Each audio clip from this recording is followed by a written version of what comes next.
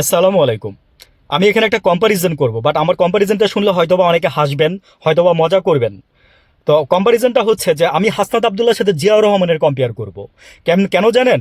যে হাসনাত আবদুল্লাহ যেভাবে আপনার প্রতিটা জিনিসের সে মানে সরকার থেকে যা বরাদ্দ পায় এবং ওপেনলি সে সব কিছু বলে দেয়। খেজুর খেজুর একটা সিম্পল জিনিস, খেজুর একটা হিসাব দিয়ে দেখানো হয়েছে যে টাকা যায় কোথায়।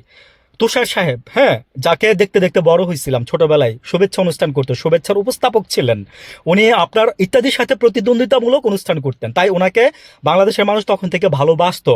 বাট আমার মনে হয় না যে এখন ভালোবাসা, আমার মনে হয় আর কি, জাস্ট আমি আমার পারসেপশনটা দিলাম।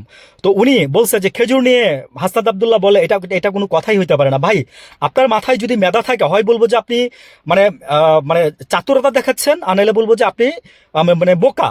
মেধাবী, এখানে আপনি মেধার পরিচয় দেন নাই। কারণ হচ্ছে কি, হাসনাত আবদুল্লাহ জাস্ট একটা খেজুর দিয়ে দেখাই দিচ্ছে যে এই দেশে দুর্নীতি কোথায় গিয়ে ঠেকছে। মানে একটা খেজুরই দিয়ে দেখাইছে যে দুর্নীতি কোথায় গিয়ে ঠেকছে। তো ওই যে ওনাকে মানে অনেকে ট্যাগ দিয়ে দিয়ে তুষার নাম বলতেছে আর কি। এনিওয়ে, ওনার বিষয়ে আমার কোনো বলার নাই। আমি এই যে কম্পারিজনটা দেখাইছি জিয়াউর রহমানের সাথে হাসনাত আবদুল্লাহর, কারণটা কি জানেন? যে জিয়াউর রহমান মানুষের বাসায় বাসায় গেছে, জিয়াউর রহমান মানুষের মানে কাছে গিয়ে গিয়ে ঘাম মানে মানে আরেকজনের শরীরের ঘাম জিয়াউর রহমান শরীরে গায়ে লাগছে। You know that? যারা এখন বিএনপি করেন জানেন না। আমি বারবার বলি, ইতিহাস পড়বেন, ইতিহাস পড়বেন, নিজের দলের কথা, নিজেদের ভালো কথাগুলো নিজেরা তুলে ধরেন।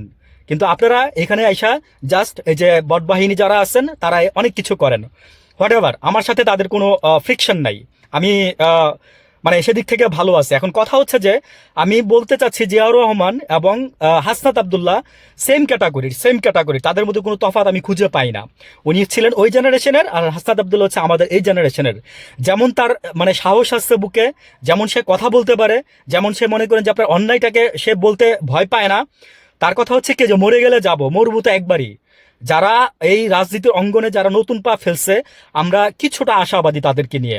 এই যে নেপালের বালেন্দ্র শাহর মতো আর কি। মানে আমাদের জানি আমাদের ভাগ্যে ওই ওই ওই ভাগ্য নিয়ে আমরা জন্মাই নাই। আমরা আমরা এইভাবেই দেখতে দেখতে বড় হয়েছি। আমরা আওয়ামী লীগ আর বিএনপির ওই যে শিলপাটার, আমি মাঝে মাঝে কথাটা বলি যে শিলপাটার মাঝখানে মরিচের জীবন শেষ, আর আওয়ামী লীগ বিএনপির মাঝখানে আমাদের জীবন শেষ। আমাদের জীবন শেষ। বিকজ আমাদের দেশে এখনো গরিব মানুষ রাস্তায় বসে ভাত খায়।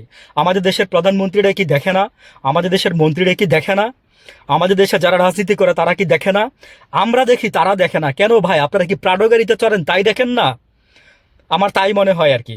মাঝে মাঝে রাস্তা দিয়ে হাইটেন। এজন্য আমি হাসনাত আবদুল্লাহ এবং জিয়াউর রহমানের এক্সাম্পল নিয়ে আসছি এখানে। ভালো থাকবেন সবাই। আসসালামু আলাইকুম।